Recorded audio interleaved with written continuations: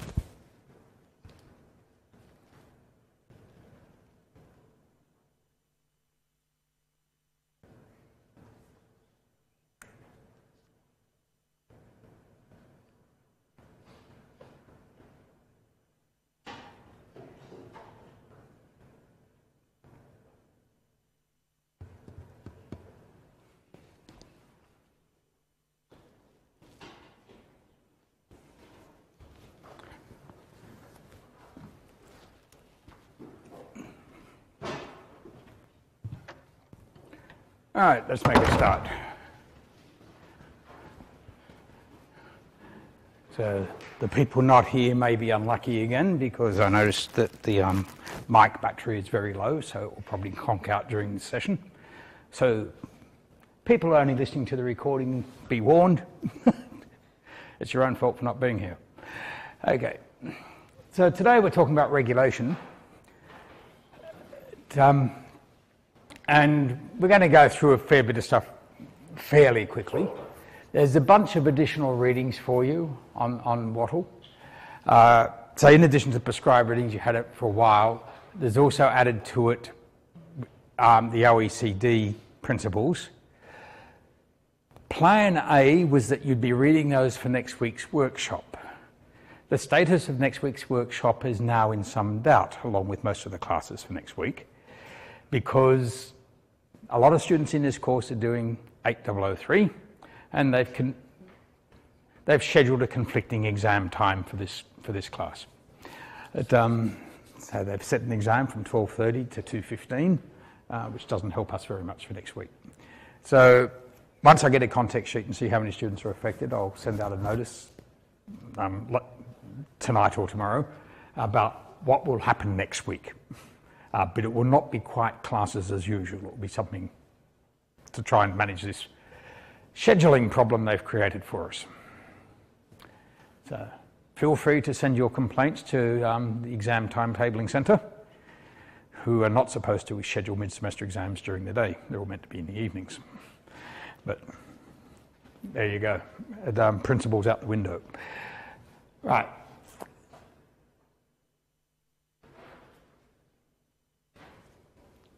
The things that you should be aware of from your own reading already are the ASIC regulations and the ASX regulations.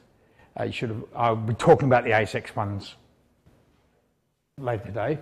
Sorry, I shouldn't have said the ASIC regulations. I should have said the ASX regulations. But we're going to go through their principles in brief form today. But the expectation is you'll read their principles document. It's very easy to read, very easy to understand, and there's some guidance statements attached to that as well, which you can also familiarise yourself with. I'll be referring today a bit to the OECD principles, but I'm only going to be referring to them. We don't go through them in detail. One of the things you'll be doing for yourself, which was going to be part of next week's workshop class, is to compare the OECD and the ASX ones and see how they differ and how the focus differs. Some additional reading also that's not prescribed there, but it's there for you to look at because I think you'll find it useful, are the UK principles. So they're a little bit older, but they take quite a different orientation compared to the Australian ones. And so it's just worth looking at to see how diverse these things can be. They'll kind of help better inform you for the weeks 11 and 12 when you're doing the international context material.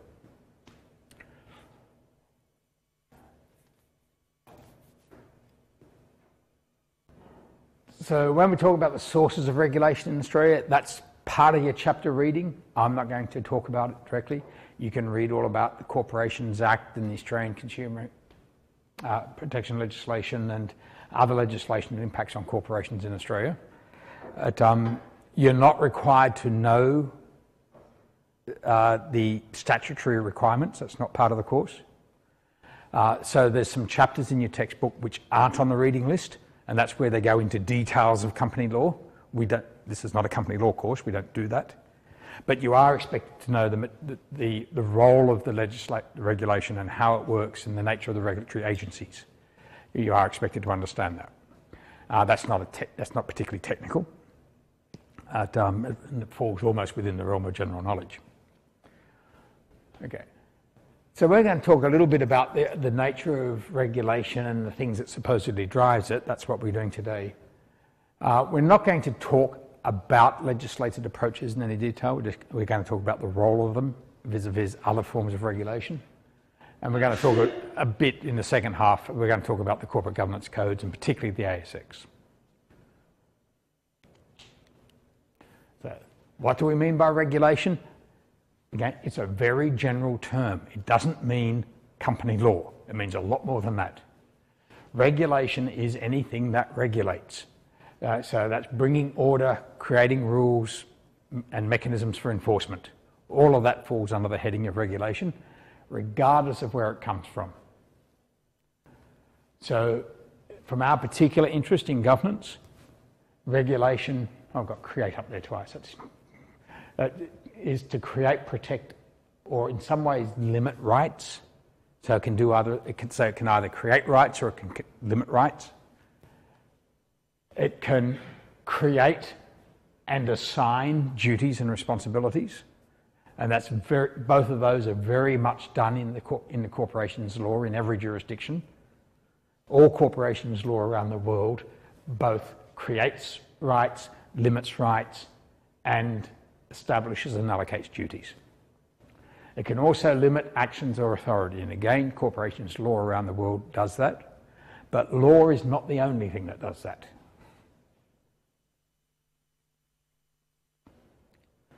So the laws created by the parliaments are the top tier, but courts can clarify these roles. Courts can constrain or create rights, particularly in common law jurisdictions. Courts have created rights. But they can also limit rights. An example of how a court decision has limited rights that matters to us a little bit is when we look back what used to happen to auditors in the corporate governance arena. So back during the latter part of the 20th century, court decisions became more and more generous in terms of what was regarded as a foreseeable use of corporate financial statements. And so we reached a position where, it reached an extreme position in New Zealand where the court decided that a company that claimed they had used the audited financial statements as a basis for making a takeover bid of another company was successful in a damages claim against the auditors. The court said that even though the audit reports are not for that purpose, the auditors should have seen that that was a reasonable use of them. And therefore, Scott McFarlane was able to claim damages against the auditors. Now, most people around the world thought this was a rather bizarre decision because when you teach anybody anything about takeovers, the answer is you don't use the audited financial statements for your due diligence work because they're far too old and they're not for that purpose. Where you're concerned about corporate value and the integrity of the valuation of the company, you need to go and do your own due diligence and do internal inquiries and then speak to associated parties. But they opened up this door, and it was a very large damages claim. And so there was this public interest concern that developed where companies were finding it hard to get auditors because auditors weren't going to take on really risky clients because of this crazy, almost indeterminate level of legal liability. Then in the UK, in two cases, in the Al Saudi Bank and Jeb Fastness cases, in the Al Saudi Bank case and the name will come back to me in a moment, the Caparo case, the court said that you couldn't use financial statements for those sorts of purposes. It wasn't, well, you could, but it wasn't the auditor's problem. In those cases, it was something simpler. It was financial institutions lending money to the company, and the company had given them the financial statements for this purpose. But the court said they don't have a right to make a claim against the auditor for any negligence in the audit or the problems in the financial statements, because the auditor was only auditing these statements for reporting to shareholders. They were statutory audits. So this was limiting the rights. That decision was repeated in the Australian context when it was about 1995 or thereabouts, in a case called the Asander case, which was quite similar to the Caparo case in the UK. It was about a finance company that lent money to a company on the strength of the audited financial statements and then wanted to sue the auditor when it turned out the financial statements were wrong. And the decision there was that these financial statements and the audit, or the audit of these financial statements, was intended for the existing shareholders as a body, not for any other third party.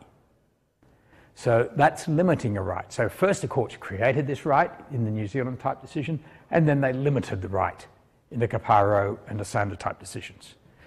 So that's an easy one because it dealt with financial statements. That's why I was using it as an example, but we can find lots of other examples where courts both create and limit rights for people in a commercial setting.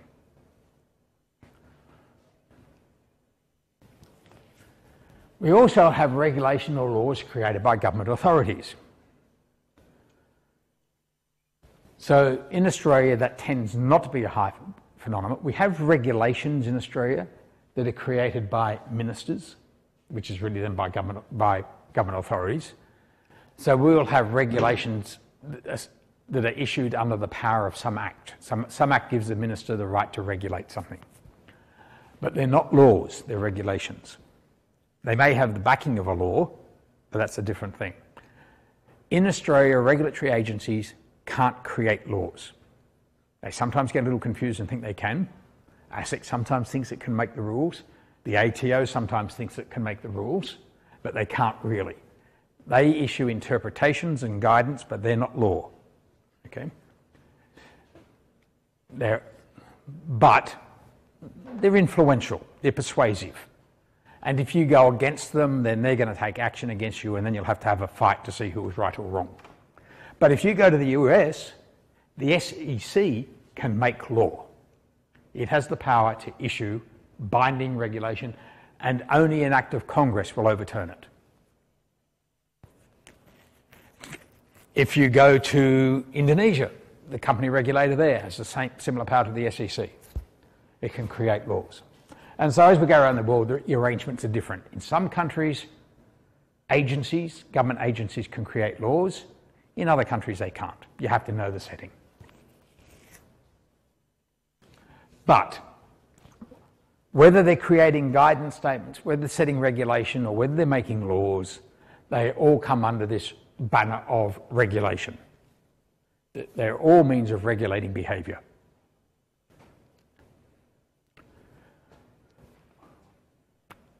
But corporations are also regulated by their own actions.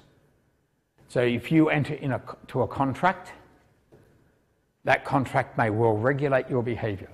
You may enter into you may issue a bond, and in issuing that bond, you may set terms that says that the company is not allowed to let its current ratio fall below 2 to 1 or some other number. But that number is binding. If you let your current ratio fall below that number, then you'll be in breach of the bond deed, and those bonds can be immediately realised, immediately redeemed. So this will regulate your behaviour, because you will do what you must do as a manager to avoid breaching the bond covenants, because otherwise you're going to cost the company a lot of money. It's going to have to refinance the bond somehow, and it will be in a crisis mode when it does it. So this happens from time to time. You might enter into a contract to sell a business division, and in entering into that contract, you may agree that you will not create a competitor for that in the foreseeable future or in a particular region. So when the Coca-Cola Corporation licenses Coca-Cola Amatil in Australia to manufacture and distribute its licensed products, it's not allowed to compete in that region itself. It can't authorise anybody else to do it. So corporate actions can be limited by its own contracts. You agree to be bound in different ways. So they're voluntary. You can also join industry associations. So you might become a member of the Mining Council or Bankers Associations or some other agency which will have ethical requirements or rules, and you're agreeing to be bound by those rules. So therefore, you're engaged in voluntary regulation, self-regulation, by joining those sorts of industry groups or or trade associations or the like. All of these are part of the regulatory arena. An important contract component where you voluntarily regulate corporate governance is when a corporation seeks to be listed on a stock exchange. So when a corporation seeks to be listed on the Australian Stock Exchange, this is a voluntary action, and you have to satisfy particular conditions and agree to follow the listing rules. This is a matter of contract. It's not a law, it's a contract you've entered into saying, if you list our shares on the ASX, then we will follow the listing rules. And if you don't follow the listing rules, your shares might be suspended, or you might be delisted, or you might be fined. But you've agreed to be bound by those rules.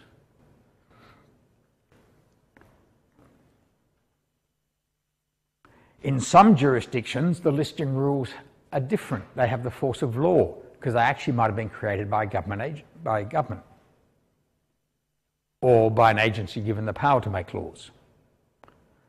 So in Australia, the ASX is a private corporation. It's a company with, well, actually it's multiple companies, but there's one holding company that's listed. It's listed on itself, which is an interesting contracting arrangement. Right? It's made a contract with itself to follow its own rules. And because that's a problem for people, when we look at that, we say you can't regulate yourself. That doesn't make sense. It actually has an agreement with ASIC that ASIC will be the regulator and enforcer of listing rules with respect to the ASX, because you can't be your own watchdog. And so you can go onto the ASIC site or onto the ASX site, and you can find that agreement. It's a document there for the public to see, because it's very important. Now the ASX is actually comprised, it's a group, it's not a single company. So it has a separate company that handles the clearinghouse arrangements, and a separate company that does the board listing, and a separate company that does research. But they're all under the same banner heading, run under the same holding company. In other countries, the stock exchange might be like the ASX, it might be a listed company. These are fairly new phenomena. This stuff only happened in the last 30 years. That these sorts of that stock exchanges became listed companies themselves. In other countries, the stock exchange is a government agency. They were created by government and they're enforced by, they're backed by government. And we find that a lot in developing countries where exchanges were created, particularly in the latter part of the 20th century. Often when these countries sought financial assistance from the World Bank or the IMF, that they would impose on them this sort of Austrian economics idea about what they must do in order to attract the IMF funding. So they would have to get government out of business, they have privatised corporations and try and promote the development of their capital market by creating a stock exchange. And typically the government would create those exchanges.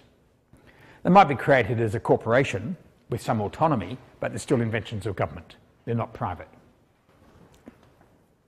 But not all countries are the same. Some exchanges, well, the Australian Stock Exchange used to be an association. The members of the ASX were the brokers, the stock exchange brokers. These were the people who were allowed to trade on the exchange. So it was defined as like an old guild corporation, where members would trade on the exchange in their own right, and they were the only ones who were allowed to trade on it. And so that was the case right up until the time they decided to incorporate and become listed. Those member brokers of the ASX made a lot of money through that process. The incentives were quite high for them to do that. But the point of that is, in Australia, you have listing rules that you agree to by contract. In some jurisdictions, they may be matters of law or matters of regulation, of government-backed regulation.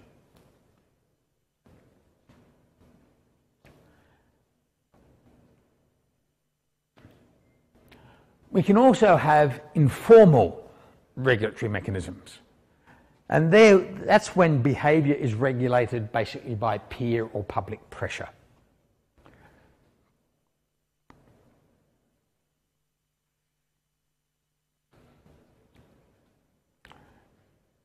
So, when we try and get students to engage in a classroom, we might try and make this the norm of behaviour, because that will create more pressures for you to participate. So we might start off by inducing this behaviour in different ways, but the idea is that once you induce it enough, everybody gets the idea and they start to do it. Right? And it becomes an enforcing mechanism, because you don't want to look like the free rider.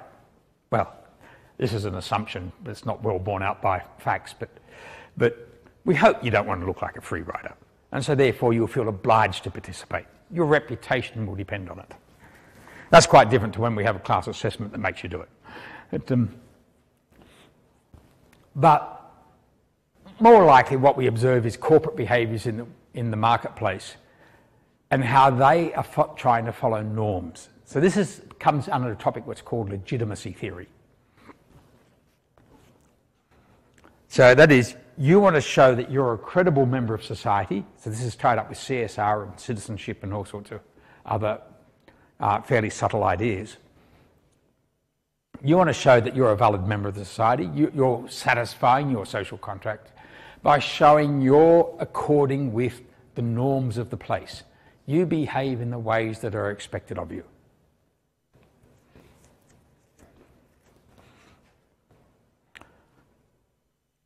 So if I was a corporation operating in an Islamic state, for example, I might engage in particular sorts of philanthropic activity, and I would avoid interest-based trading relationships, because that would not be the norm, irrespective of the laws. Simply, if it's dominated by that sort of expectation, then you would tend to accord with it, because then people are more likely to do business with you. Corporations now often feel the pressure of consumers who don't want to do business with them if they don't subscribe to particular social views. So they'll be promoting themselves as inclusive and equal opportunity employers. They will be trying to display to people that they are environmentally sensitive, they're sensitive to human rights, or And what they do in this regard depends on how important these things are in that location, how in that place. But it's about subscribing to the local norms and customs.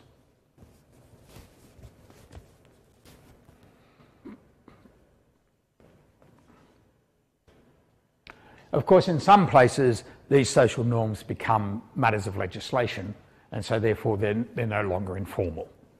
Once you legislate a norm, then it's formal law. And a lot of laws, of course, were done for exactly that reason. But we're concerned here is that with recognising that these informal mechanisms can still regulate behaviour. But we're only saying this for the purposes of completeness. What we're more interested in here is the role of more formal regulation.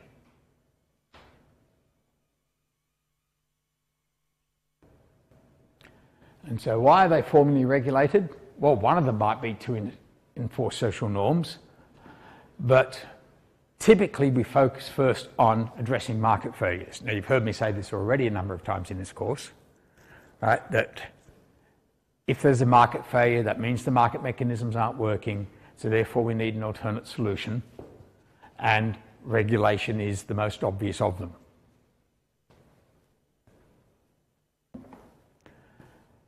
But we have other motives for regulating. These are not all independent. These points overlap. So promoting uniformity and predictability is a desirable outcome for a lot of regulation. So the reason we have accounting standards is for that reason, to promote uniformity and predictability. But that's because the market mechanism fails in that regard. When we left it to the market, different corporations were doing different things all over the place, and some weren't doing anything. So if we go back to the start of the 20th century, financial statements of companies were not very comparable. Managers basically made up their own minds as to what sorts of things they would include and not include.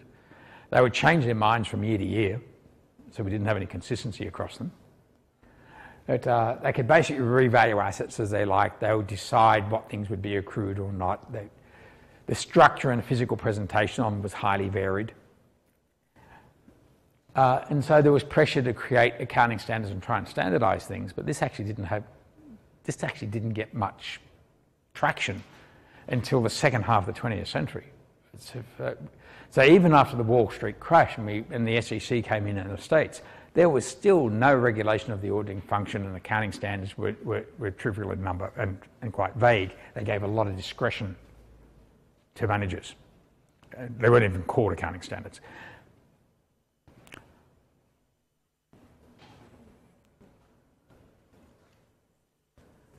So we have probably about 40 odd accounting standards now. I don't keep up, but I'm sure it must be that sort of number. Maybe it's more. But in the late 1970s in Australia, there were 4, and it only just got to 4 accounting standards. By 1980, I think they're up to 8 accounting standards. And again, these accounting standards still provided a lot of choice and latitude to management. There was lots of options as to how you would choose to do things. In some countries, such as the US, there was more choice than there was in Australia as to how you would do things.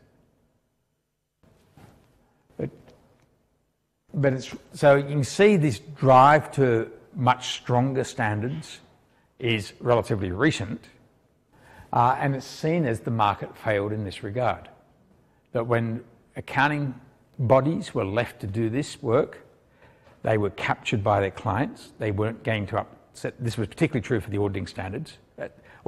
So auditors would not act to restrict the choices of management because they didn't want to upset management, because they were more concerned with keeping their clients than they were with the protection of the quality of the financial statements. Now, some people would argue that it hasn't changed, but it's because of that we see each time more and more regulation of what auditors can and cannot do.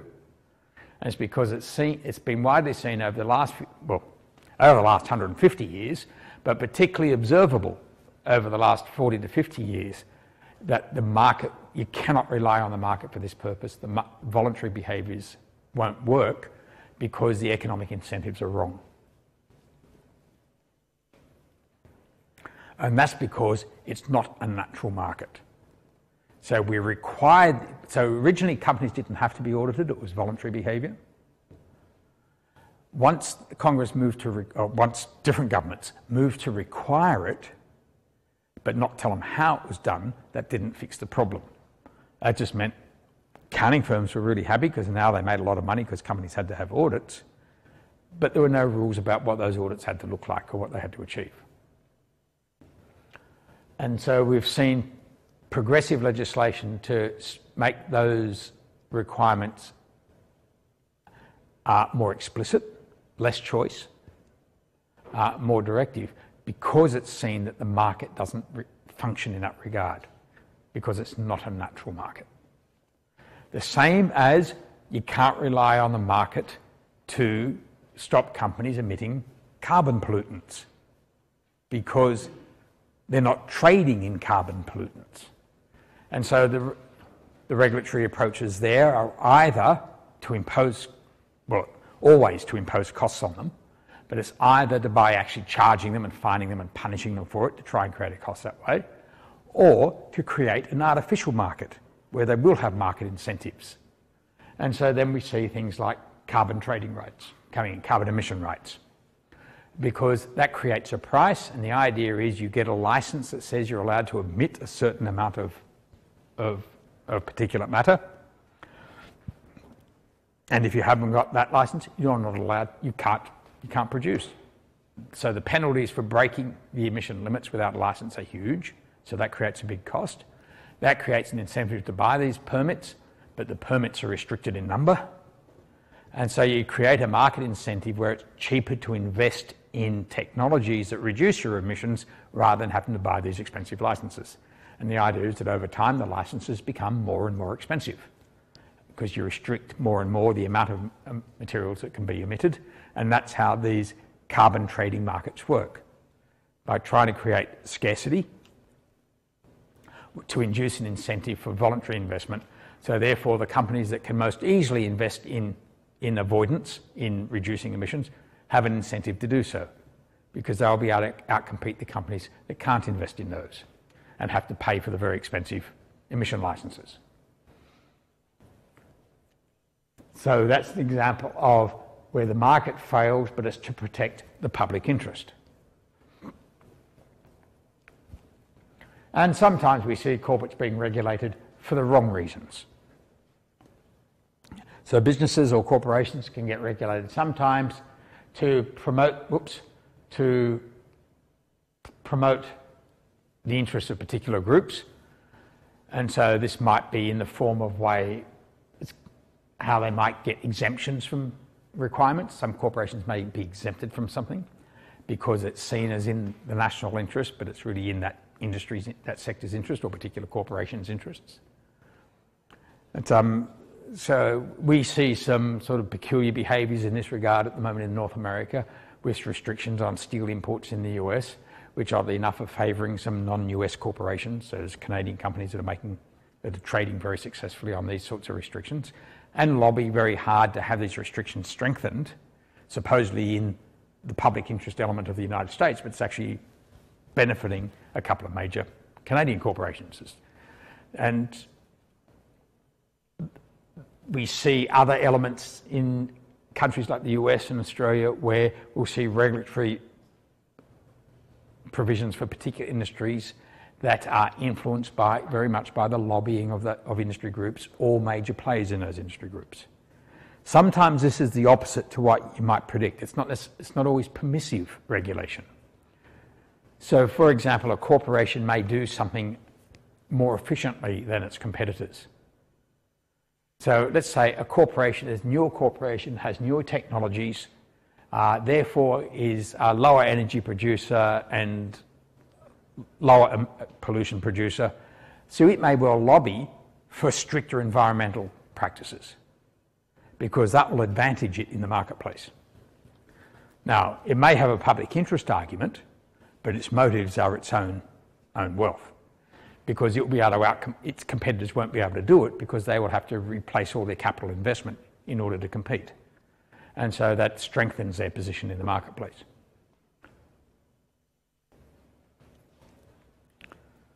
So this is what's called regulatory capture. This is a negative view of regulation, where corporations seek to better their own interests or politicians seek to pursue their own political ambitions through these regulatory mechanisms.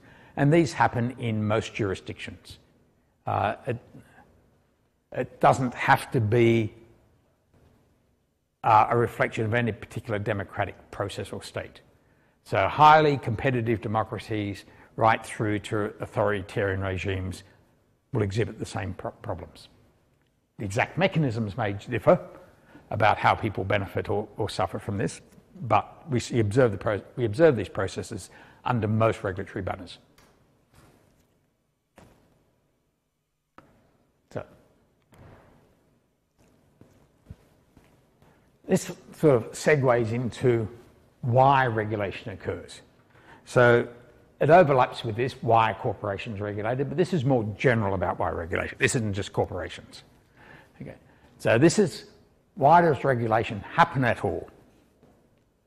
And there's lots of different theories. Now I'm putting these up simply so that you know these theories exist. Right? So we have both positive and normative theories.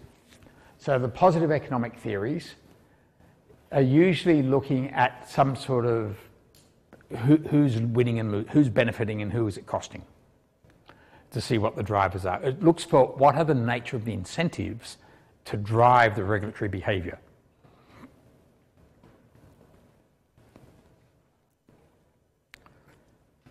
And so we're more interested in really kind of what these theories predict. Okay. So it's to increase information symmetries and align interest with government interest. Now, that's not always a bad thing, because the government interest may also be the public interest. It depends on how government in that country or that jurisdiction operates. So in a more competitive political regime, there's a greater prospect of the public interest being reflected in the government's interest, because the government wants to be seen as serving the public interest, because that increases the prospect of re-election.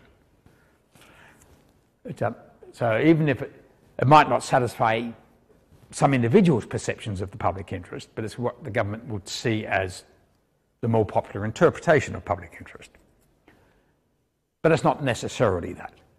It might actually be a regime that improves the government's entrenchment. That is, it helps reduce political competition.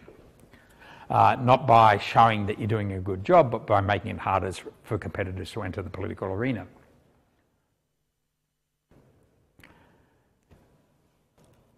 And that usually occurs when we can see close connections between political participants and corporate participants. And you can look around the world and see different countries where you think that might be more likely.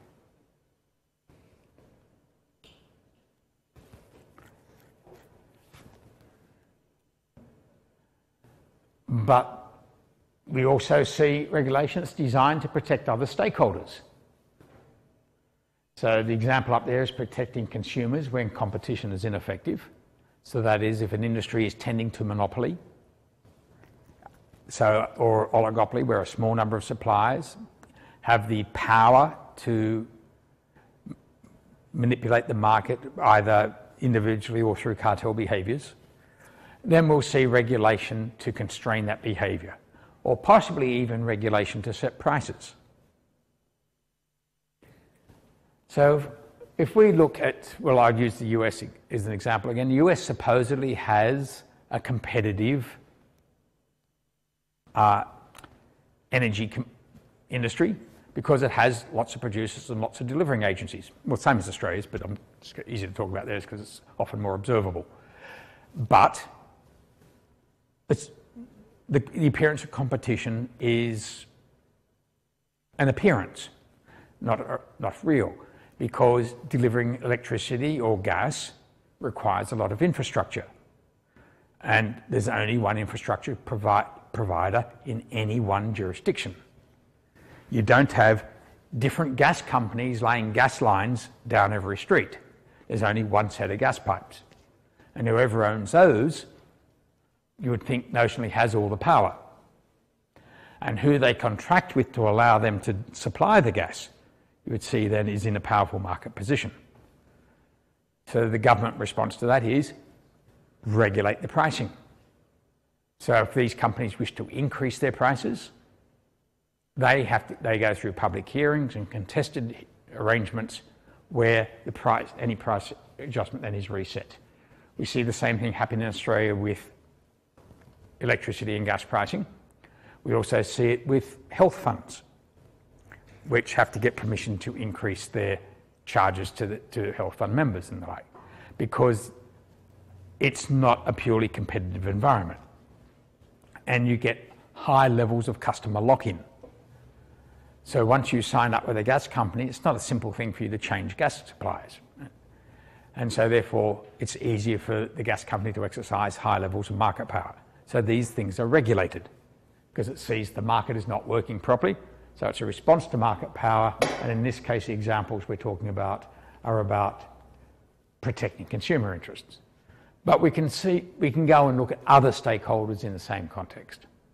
So we can see the same thing in labour protection laws, because labour can't protect its own interests because the nature of the employment market isn't smooth.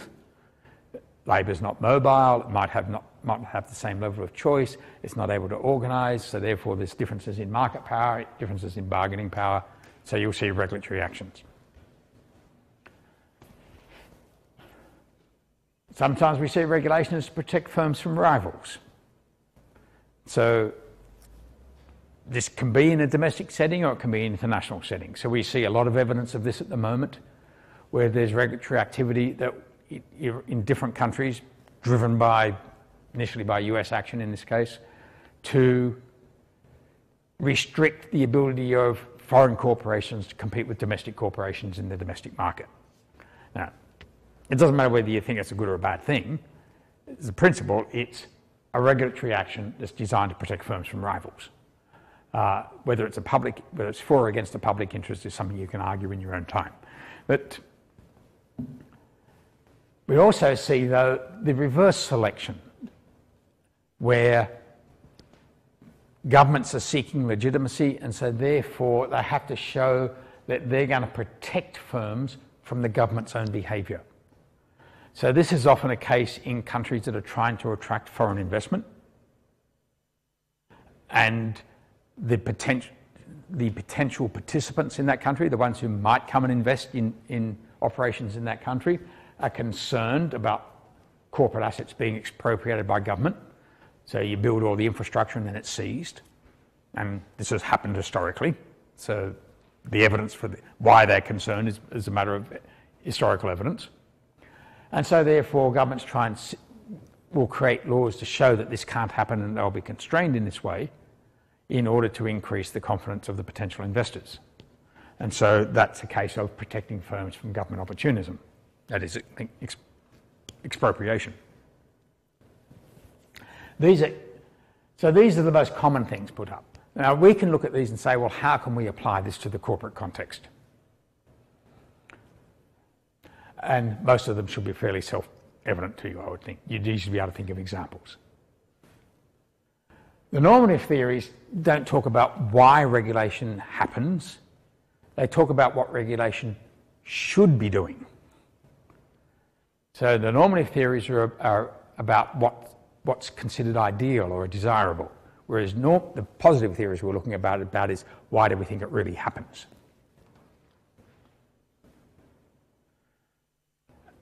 And so you can read through the list for yourself, but improving competition, reducing information asymmetries, and therefore improving the functioning of markets. You see providing price structures is also about increasing economic efficiency. And the last one is about promoting efficiency by increasing transparency and predictability in the way the regulatory system itself works. These are the desired attributes. And so you would think if you're designing legislation or regulation, this is what it should be accomplishing, or whether or not it does is a matter for judgment. But again, you can see how you might apply this if you were trying to design corporate governance code. So you'd think about, well, what sorts of competition are we trying to create there? So we're talking about competition in any markets in which corporations participate. So let's just use the capital market because it's the easiest one for us to talk about.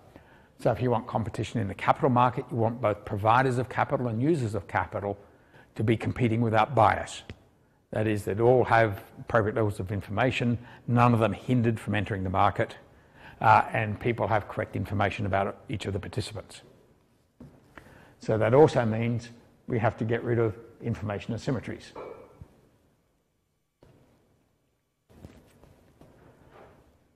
And those things then should work to provide the right price structures.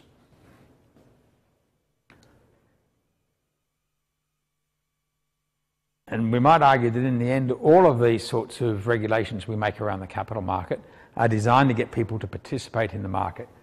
And so therefore we're trying to create transparency and predictability in behaviour of the market, but also in the nature of rules themselves. We want people to know that if there's a dispute, this is how it gets resolved. It's not like who gets in first and bribes the judge first. It's a question of no matter who the judge is, what the court process is, this is how the rules will be interpreted. So it's the consistency and reliability of regulations that aid in transparency and predictability of the system itself, as well as the behaviour of its participants.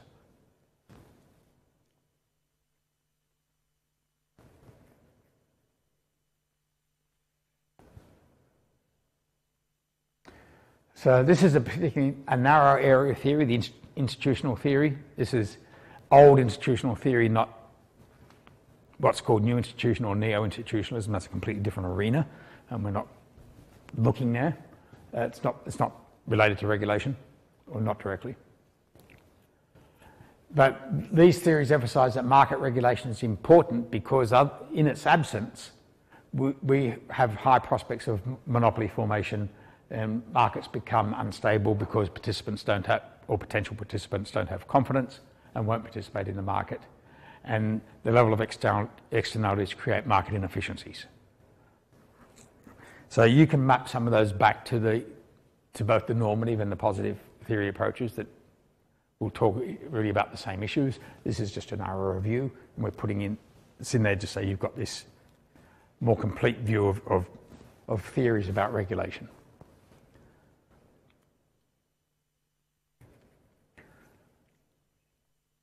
So I'm now going to leave it to you to think about those things and about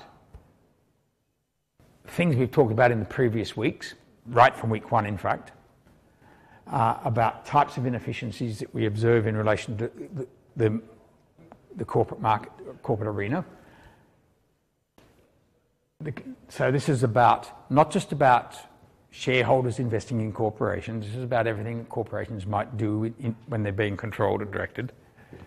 And so it's about how these things impact on the efficiency of the corporation as a vehicle for serving the public's interest in economic development. Now, while this might be a different way of looking at it, we might be looking at a different direction to what you're used to looking at these issues from, you're actually still looking at the same things that you're already familiar with. You're still looking at things like problems of public goods and externalities, principal agent or agency theory issues, and the problems arising from information asymmetries.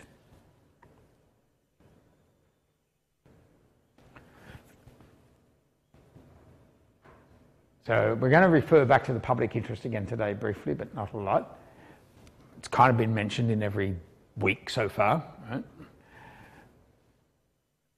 So again, you need to go back over what we've been talking about now and bring it forward into this regulatory context about what's the public interest with respect to corporations, so how should regulation be working in that regard. Then think about how would the public interest vary across jurisdictions. You'll probably do a little bit of that in week 12 maybe. Can't say for sure because I won't be teaching it. But what it gives you a sense of then is why laws might look different in different places. Has it changed over time? The answer is obviously yes. Right? So the question, but in what ways has it changed over time?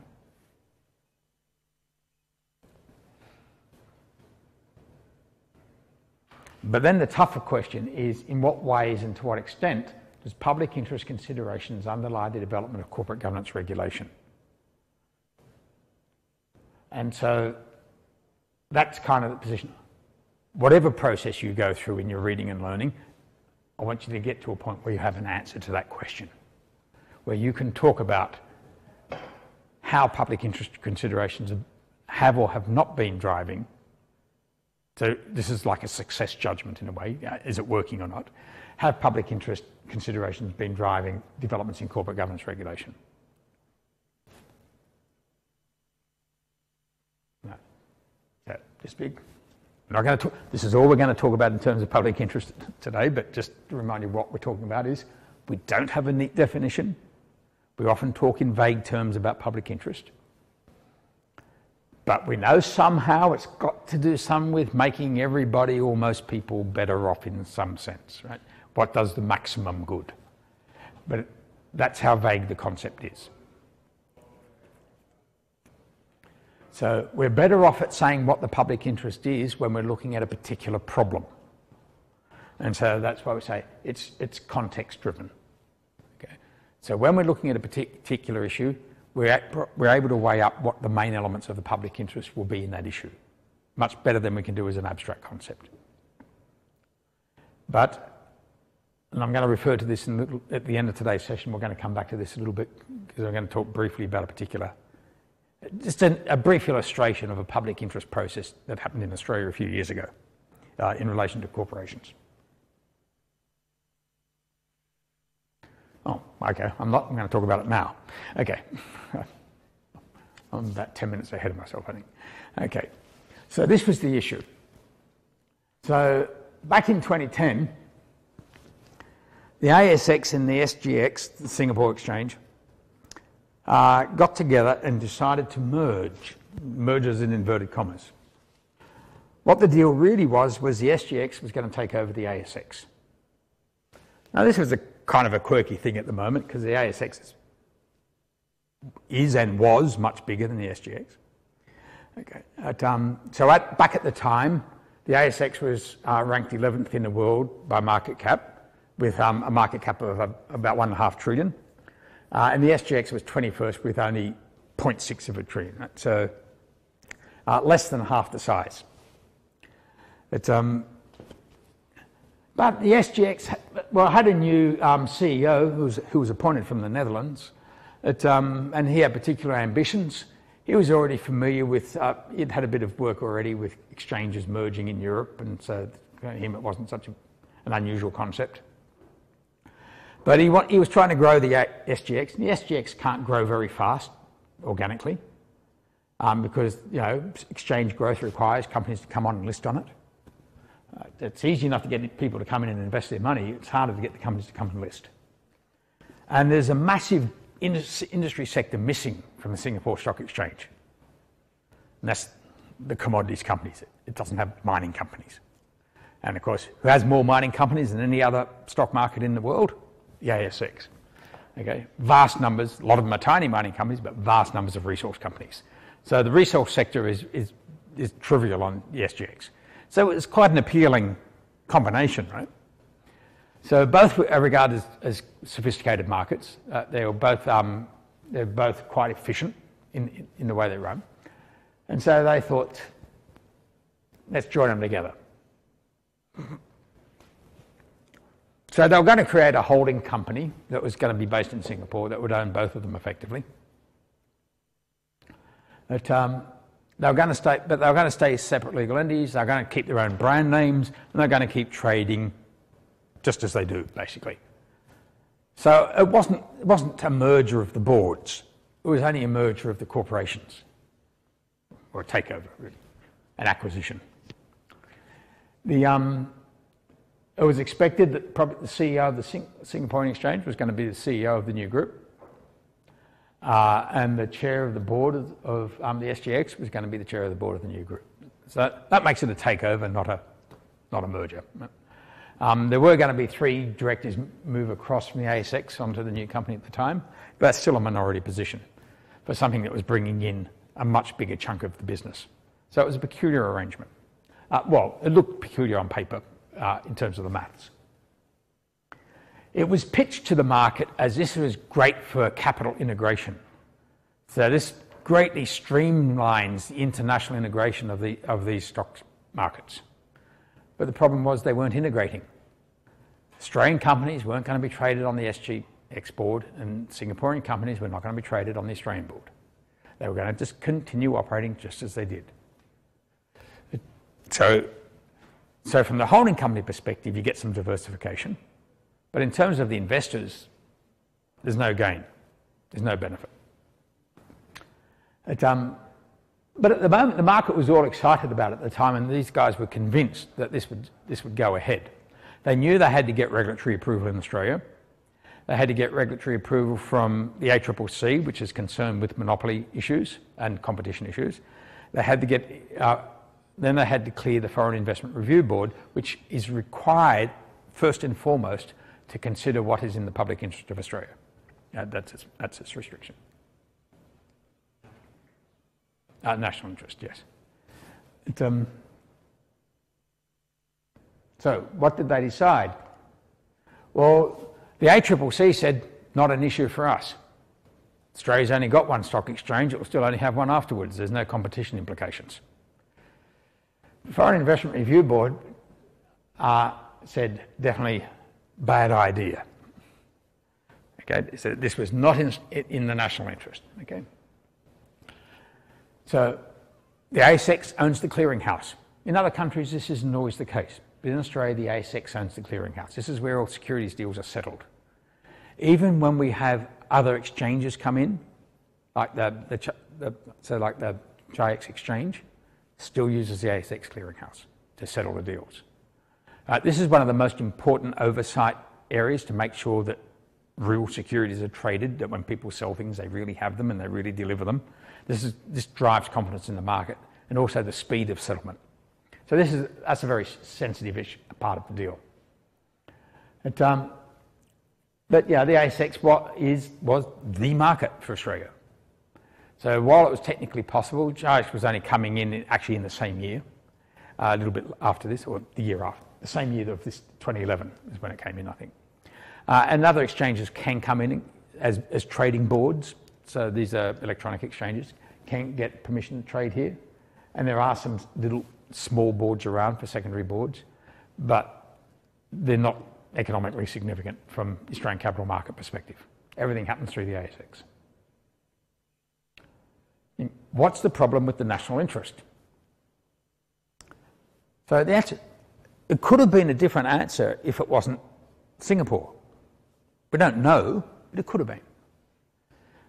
One of the issues that wasn't addressed by the Treasury when he made his statements, but was still recognised by some of us at the time, that in the Singapore Stock Exchange mandate, it is required in all its decisions to act in the Singapore national interest.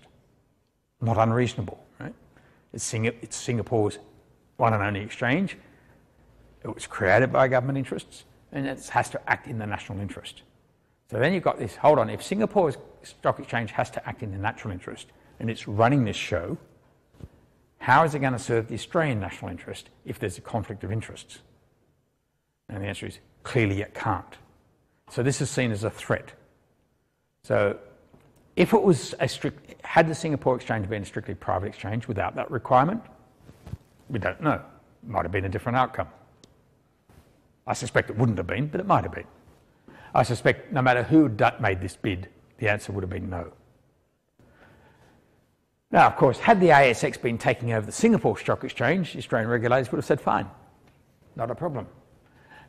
But you can be very, very confident the Singaporean government would have said no, for the same reasons, that it's not in the Singapore's national interest. For their primary capital market view, it'll be controlled by another country. So while the ASX is private, not government controlled, it's nonetheless another country's vehicle. And if it's going to keep functioning here, you can be sure it has to keep serving the Australian public interest, even if it's not written into their mandate. But this is an important illustration, I think, of how national interest can work. If we go to Europe and look at when the New York Stock Exchange bought the Euronext exchange, there was no national interest question involved because this was an exchange operating across Europe as an electronic board. There are also national exchanges operating there. So Euronext doesn't replace the Frankfurt Exchange, it doesn't replace the Paris Bourse, and didn't replace the London Stock Exchange. It's just another one operating in that marketplace. So a foreign competitor can come and take over that and not impact on any nation's interest in that regard because there's plenty of competition happening there already and it doesn't have the same elements of monopoly that these exchanges have. The other issue you can see is that if there's a problem with the operation of the exchange, what can the Australian regulator do about it? The holding company is sitting in Singapore. It's out of jurisdiction. Now, you could have had contractual agreements, but they would be contractual. It's not the same. The government could pass laws, but it's kind of hard to enforce them in Singapore. Just the same as Singapore could pass laws, but it couldn't enforce them in Australia. So it's quite curious. We had debates around the place when this happened. Some of us thought that this was doomed to failure. It couldn't possibly get past the Foreign Investment Review Board. A lot of economists thought it wasn't an issue and it should sail through because they actually believed the capital market integration story, even though there was no evidence of market integration taking place. But it was, if you go back and read the press at the time, the financial press is telling this story about this is regulation gone mad. They kind of couldn't see the public interest element in this. They just saw it as, surely this is a good thing, you know, two big stock exchanges getting together, how can it be a bad thing? It was pretty much the view they had.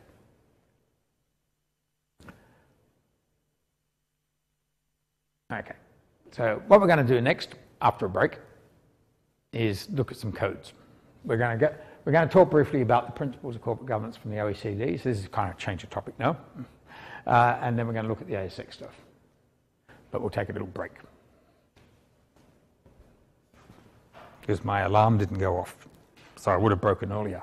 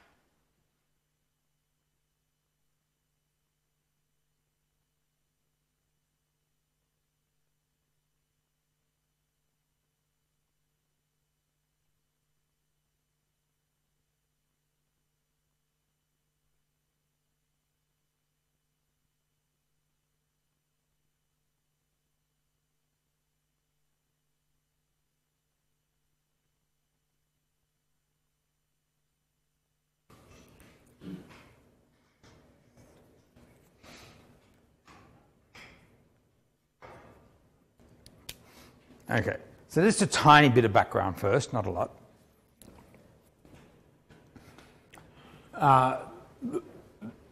The way these things started out sometimes matters, but since each of these sets of principles, that is the OECD and the ASX principles, are now in like the third or fourth generation, the origin of them is less important than it used to be.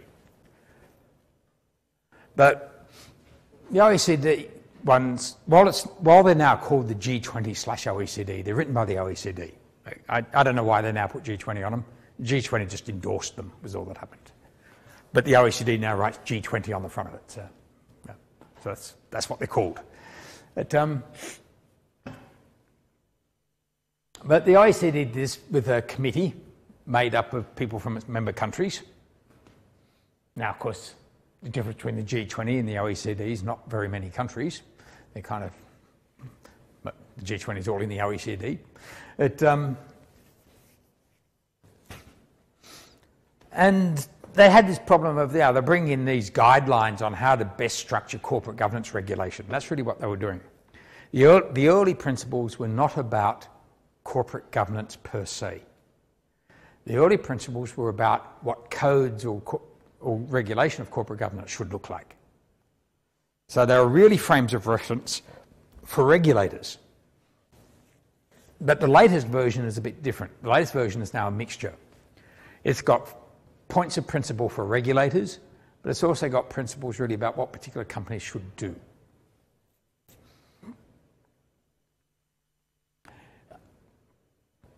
And so that's why when you see how the OECD describes, and they talk about it as both benchmarks for regulators and guidance for companies, which is kind of a confused state to be in.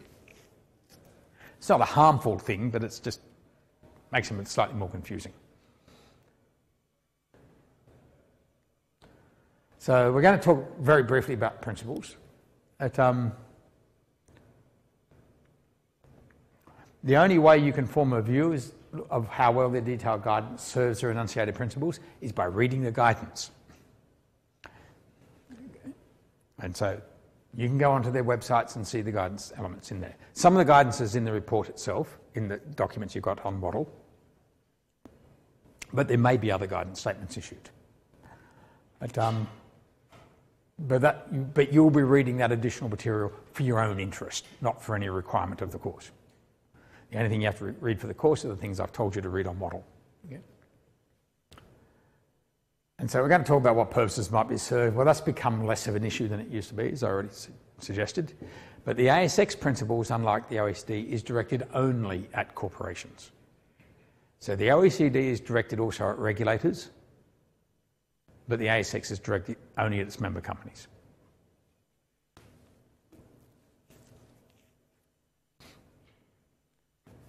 So you can see the OECD stuff has been through 3 iterations now.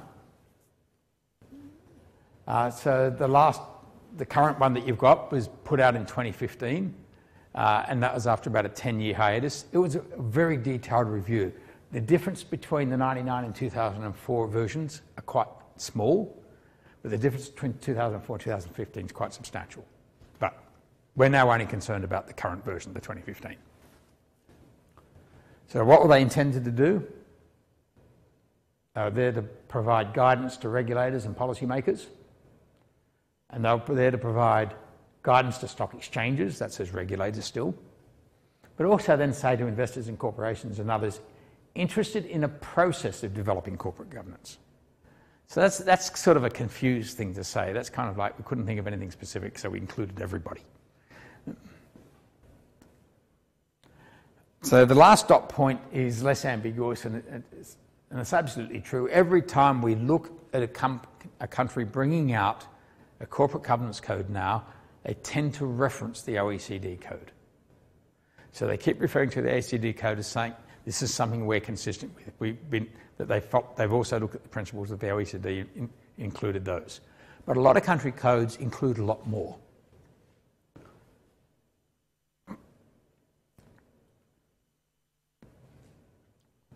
They are undoubtedly now seen as the international benchmark. Rightly or wrongly, that's what they are.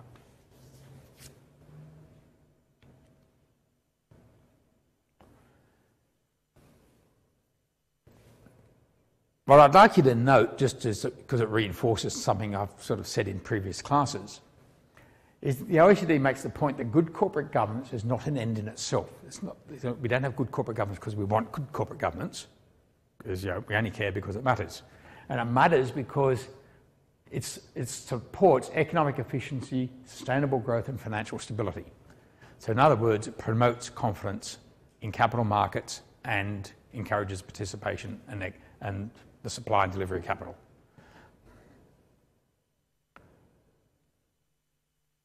But the overriding aim of them is still, even though they refer to investors and companies, they still reinforce through all their documents that the overriding aim is to help policymakers improve their own national frameworks.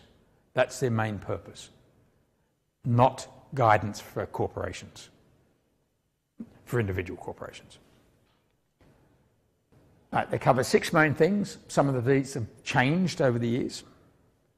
But the current version, well, the first 2 points have stayed the same.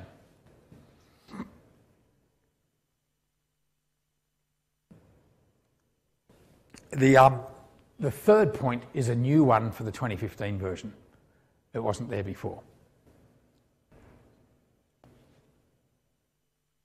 So these are the areas they cover. I'm not going to go through them because I would only be repeating what's in the document, and you can read that very easily for yourself. These documents are very simple to read.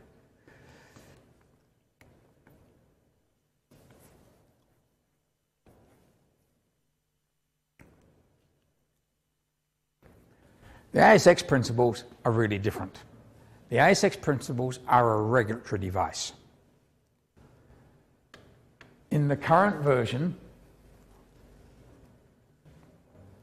listed companies must comply with the principles or explain why they don't. But some principles apply to companies without exception. So the ASX 300, for example, has to do things that other companies on the ASX don't have to do. So the top 300 companies face more restriction. So the 8 principles we're going to look at in a minute. So within those 8 core principles, there's subcomponents. So if we go to principle 8, then we see 8.1, 8.2, 8.3. So it's not. So there's 8 core things which we will look at in a minute. But under some of those, there are more, if you like, more specific principles being espoused. And there's also some recommendations. You can read them for yourself when you read the document if you haven't already done so, that only apply in particular cases. So some things in here don't apply to all companies. Right. So principle 1. So we are going to go through all 8, but we're going to look at the remuneration one a little bit more closely than some others. You notice principle 1 says, lay solid foundations for management and oversight. Now you can go on and read the document and it gives you more explanation about what this entails, what you have to do this. But it does not tell you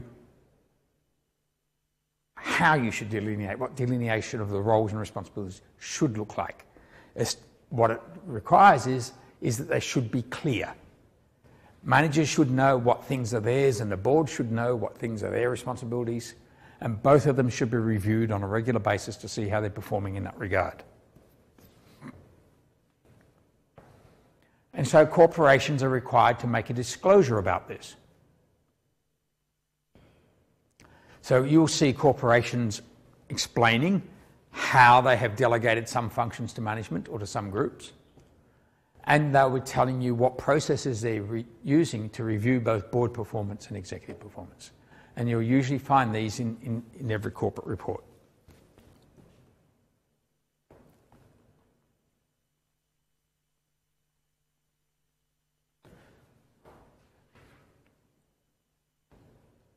Right.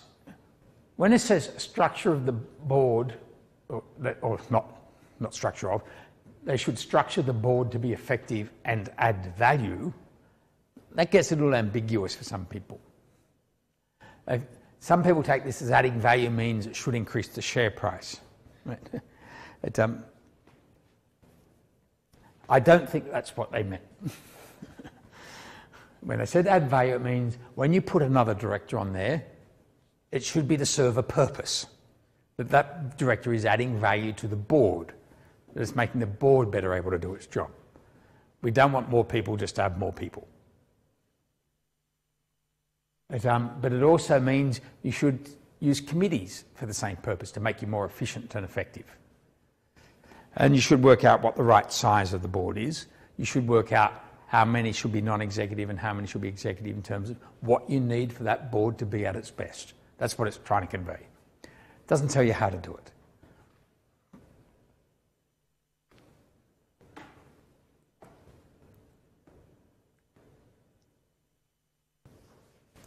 But when you go on and read their guidance statements, the way they come back to the add value thing encourages confusion again, because it's as though the people who wrote the guidance statements then started to think about maybe they did mean increasing share prices, because the more they write about it, the more it kind of looks like that.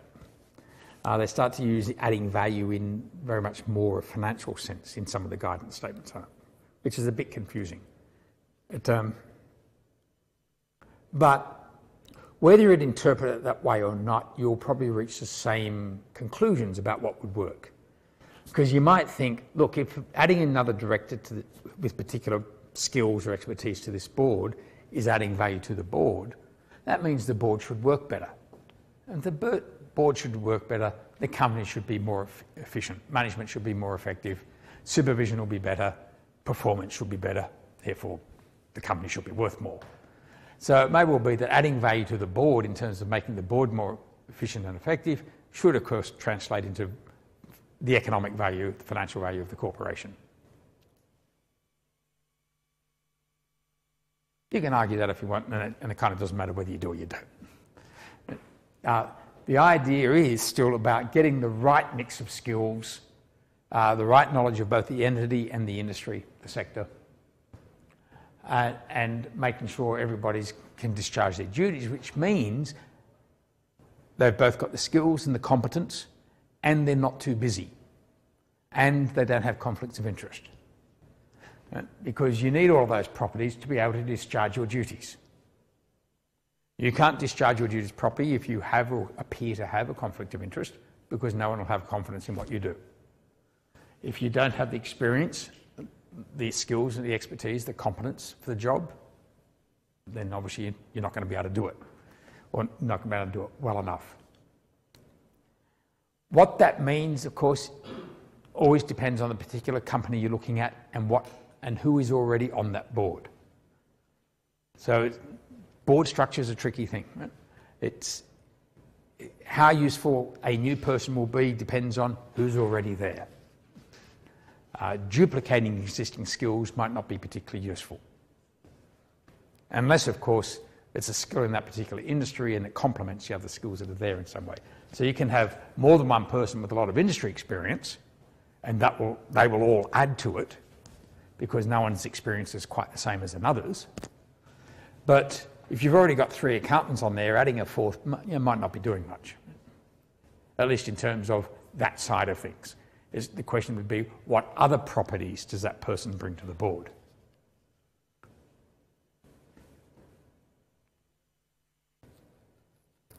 Well, I'm not sure what's going to happen now next week. We are going to talk about this more next week, but now I'm not sure what we're doing next week until we can resolve this exam clash problem. But so we may or may not be talking about the point of instilling a culture to act lawfully and ethically and responsibly, because that's sort of part of the current issues in governance. It's about the renewed interest in ethical behaviour of boards and management. And you're getting some of that with your AMP case, right? That some of the new, it's not new, but one of the high-level concerns now is ethical culture in corporations. Well, we had exactly the same story back when we looked at Enron and others, but it's a persistent current concern in corporate governance.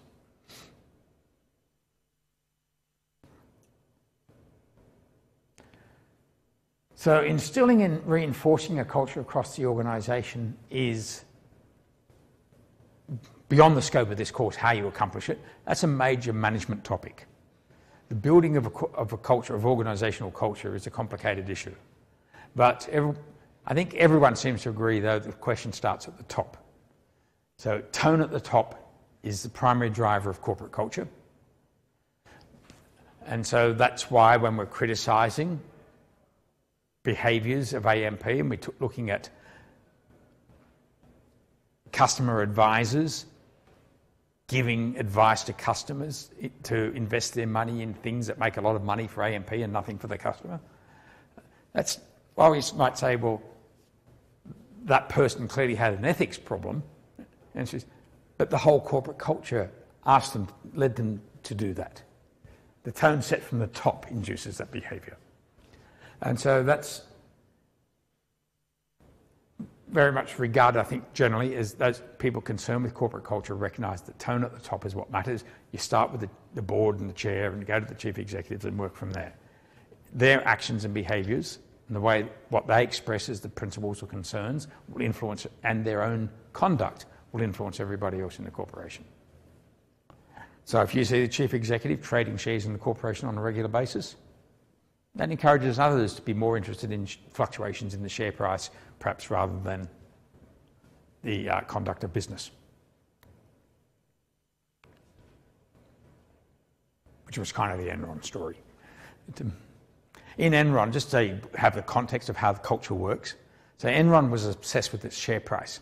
When employees arrived at the office each day to the elevator in the foyer, they didn't get sort of the company's slogan or what Enron stood for or any of those things. It was the display of that day's share price. That was the headquarters foyer display, was the share price. That's what drove everything, including all the corrupt actions. Okay. So principle 4, safeguard the integrity of corporate reports. Of course, you'll be looking at these things in week, I don't know when now, 9 and 10, I think. I've lost track of our syllabus. When you do accounting and auditing, you'll be looking at this in a little bit more detail. Not in terms of an ASX principle, but you'll be looking at the role of auditing in enhancing the integrity of corporate reports. But in doing that, you've got to keep sight of the fact that this ties in also with principle 3 about acting lawfully and ethically, that the integrity of the reports is an ethics and legal aspect of corporate behaviour, and it is always still the board of directors that is responsible, that must accept responsibility for the integrity of its reports, even though they may delegate it to a subset of the board in the form of the audit committee or some other agency or other group.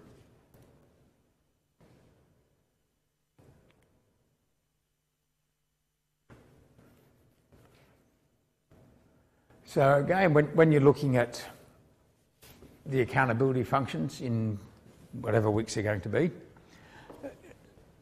and timely and balanced disclosure is a part of it. This isn't just financial disclosures. This applies to any forms of disclosure, whether it's CSR reports or sustainability reports. Being timely and balanced are regarded as key criteria for the credibility of that reporting function.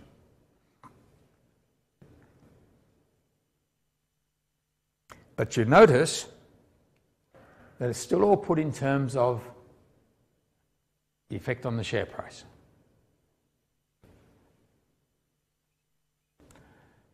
So that would seem to suggest the ASX is only thinking about disclosures to investors, not to other stakeholders. Why you might think that's not a very rich view of corporate governance. You've got to remember the ASX is there to trade securities. They're not there as an environmental protection agency or a human rights watch. They are a strange securities exchange. And so trading in securities, shares and bonds, is what they do. So the ASX's own interests, of course, then become evident in the principles that they espouse. So the ASX is a stakeholder in corporate governance, because the quality of governance of the companies listed on the exchange have an impact on the credibility of the regulatory operations and oversight of the exchange itself. And so it makes sense that when it's concerned about what is the end measure, the end play, that it's going to look at securities prices and the efficiency of the pricing mechanism. So Principle 6 takes it a step further and makes it clear that it's the rights of security holders. Notice it's talking about security, it's not talking about shareholders. Securities holders is broader than shareholders. Securities includes both share derivative instruments, so options, warrants, also, but securities are also evident in bonds and any other traded instrument. Any instrument that's traded on the exchange is a security, not just shares.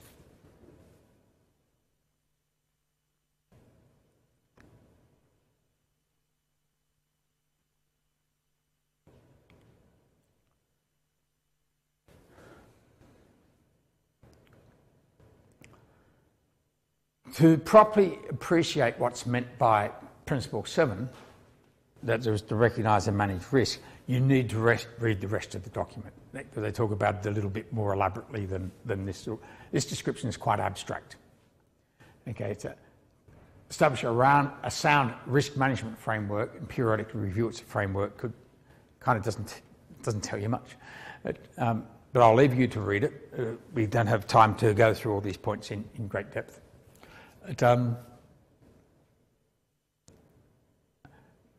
But you can see that we're moving through. It's not really a hierarchy, but you can see sort of the pattern that's emerging here. So we're talking about corporate culture, the integrity of the reporting process, the timeliness and balanced disclosure is still about the integrity of the reporting process or of the reports themselves. The security holders are still about making sure they have enough information, so it's still about disclosures. While this doesn't talk about risk in terms of reports, this is talking about both operational and business risks and information risks. And then we get to, for the lucky last, is remuneration. And so there's just a couple of points about this one that I want to emphasise, and then we'll finish up. Is that it talks about directors and, so it talks about directors and executives slightly differently. So in both cases, they say you should pay them enough to get good ones. And it says that about directors and executives. So both of them, they want to attract and retain high quality people. But then with executives, they say, and to align their interests with the creation of value for security holders. Okay, and then this quirky little conditional phrase at the end, which is kind of neat. That you've got to reflect the entities, that is the corporation's values, that is their culture, but also their risk appetite, which is so having gone from recognising and managing risk, they recognise, of course, that corporations have different risk attitudes, different risk appetites. Some management groups will be much more risk tolerant than others, and there's no expectation for them to be the same. It's just that whatever this risk culture is, you want to make sure that you're remunerating people in such a way that is consistent with the intended risk appetite, which makes it the board's concern. The alignment of interest, the creation of value for security holders, does that in a way mean give them shares? It would seem to do that. Yes, but notice it says securities, it doesn't say shares. It doesn't say, so we've got both equity securities and we've got debt securities. And it just says in general. But we've got to think they really mean shares. And when we look into the detail of it a little bit, we'll just go through these 3 points. Well, there's 3 recommendations we're going to look at very briefly. But we're going to look at, from the guidance statement, a couple of little paragraphs that matter. Okay. Right, so here's just saying, well, in the remuneration, you should have a committee. You should have a remuneration committee. Now remember, a committee is a subset of the board. So here they're saying there should be 3 members, a majority of whom are independent. That's their general statement. If you're a 300 company, so this is basically your top 300 is the way it works, then it's 300 by market cap, then you must have a committee that is comprised solely of non-executive directors. So this majority thing of independent stays, but oddly this rule was written as non-executive rather than independent, but they must be non-executives. So clearly they think that's a better practice, that they're going to demand it of the larger corporations. But we have to assume that they're saying at least a majority in this case for other corporations suggests they might recognise they're resource constrained in having enough directors to be able to do that. But of course, we will find small corporations who don't have a remuneration committee. And so you have to remember these. First, it's a recommendation, but the principles and recommendations are headed up that the corporations, other than the 300, other than the ASX 300, the corporations must comply with these or explain why they don't. Okay? The typical explanation we see, particularly for this committee stuff, is that we only have 5 directors on the board, therefore we can't have 3 committees of 3 people for it to be effective. Right? That they just don't have the numbers of people to do this. Some corporations have less than 5. The minimum number is 3, and some are down there. And so if you've only got 3 people on the board, say if you're a little mining company, little prospecting company, who you've only got a board of 3 people, all of whom work in the field as well, or at least 2 of them do, and the other one's the accountant. And you've probably only got 3 or 4 employees, and you spend most of your time raising more money to go out and do more drilling. It kind of doesn't make sense for you to be setting up elaborate board committee structures. One, because the executive's not getting paid anyway, or they're only getting paid base salaries and probably some share rights. And your risk committee has nothing to do because you've only got one risk. Will we have enough money to drill another hole next week? It doesn't make sense for those sorts of corporations to be signing up to be satisfying all of these requirements. And that's typically what you'll see, is that that's their standard explanations, they're too small for this.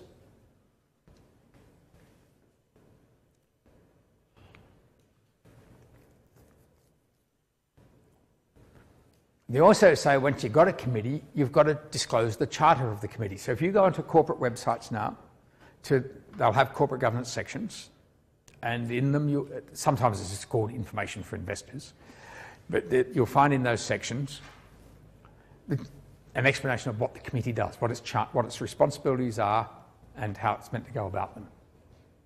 It'll tell you about the members. It'll probably just link back to the board bios for those people.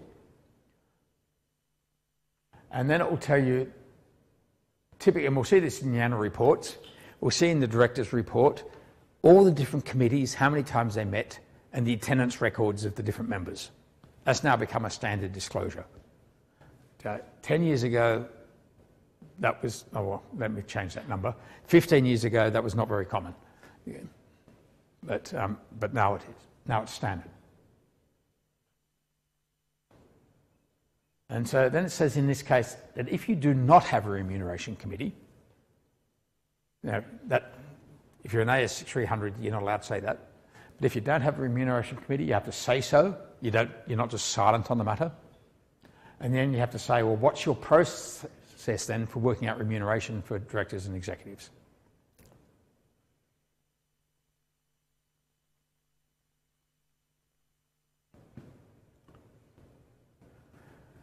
So 8.2 is about providing more information about how you do things in relation to remuneration. So it's got to be what the policies and practices are. And then in the guidelines, we see a couple of things, okay? Or not. There we go. Okay. So what I want to highlight here is, so on the left is executive pay, on the right is non-executive director pay. And so this is making the point we've made in previous weeks, that the non-executive directors should not receive performance-based remuneration, because that will get in their way of evaluating executive performance.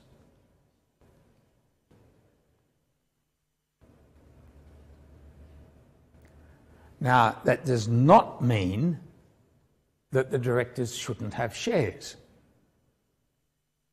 It just means they don't get the shares as performance pay. So directors typically don't receive shares as part of their pay at all.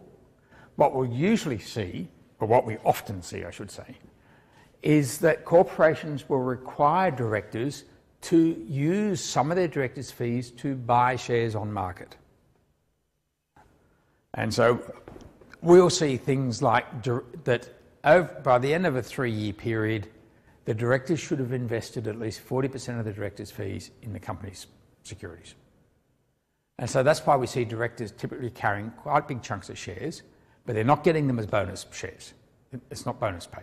They have to go and buy them. And it's part of the deal for getting the job. That to make sure that you care about the shareholders, you have to buy some shares. And they're bought on market typically. Sometimes they're bought as what we call treasury stock, right? Shares that the company can issue for that purpose. And they might be bought under an employee scheme, but they're not based on performance.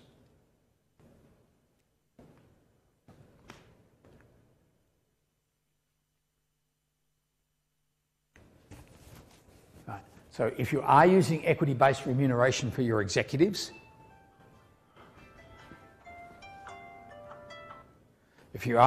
executive-based remuneration for your executives, then you're meant to disclose clearly how this works,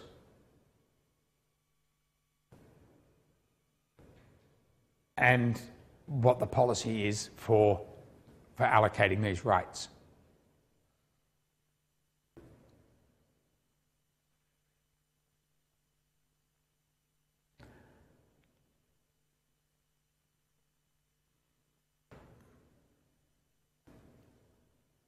And so, again, it's the case of a restriction on your executive directors. So even if they can participate in these schemes, there should not be any performance hurdles in how they get to exercise these derivative securities. So if you're allowing the directors to participate in an option scheme, and in some employees' option scheme, there is not to be any performance hurdle in there as to how it works. So they can get shares on some basis, without buying them on the market. They can participate in those schemes so long as they're not performance-based. Okay. So, any questions? Oh, okay. So when I get back, I'll change the due date for the case study, so you can have the weekend to work it. Just in case you're going to enjoy yourself on the weekend, let's ruin that as well. What's the due date? It'll be Sunday night. Yeah. Yeah, somewhere on Sunday night, probably like midnight or something, but somewhere there. Okay. Of course, you are still totally free to put it in tomorrow. Don't feel compelled to take longer if you've already finished.